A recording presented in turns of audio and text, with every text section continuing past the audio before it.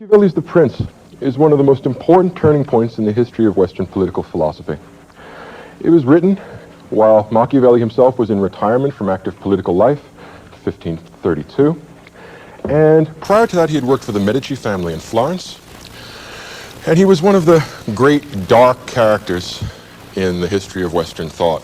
In some respects, he's kind of like the Darth Vader of philosophy. He represents all that is evil and unholy.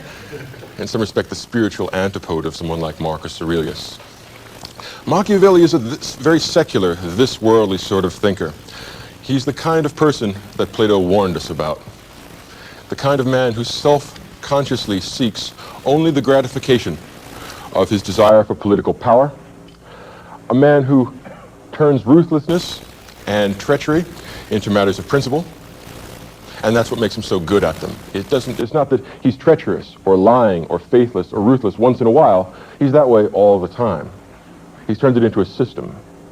In that respect, the writings of Machiavelli, which are not limited to The Prince, he also wrote a number of historical works, a work called The Discourse on Livy. He studied Roman history a great deal.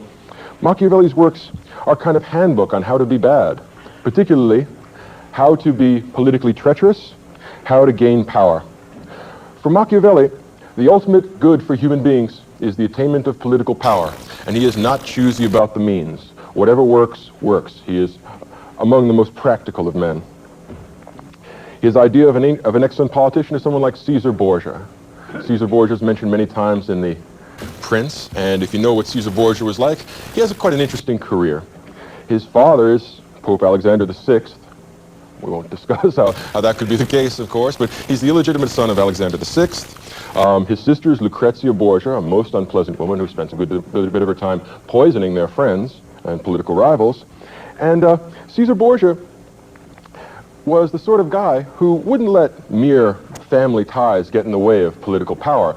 His older brother was the one who was destined or chosen by the father, Alexander VI, to get most political preferment, and Caesar Borgia didn't like that, so he killed his older brother, conspired against him and killed him.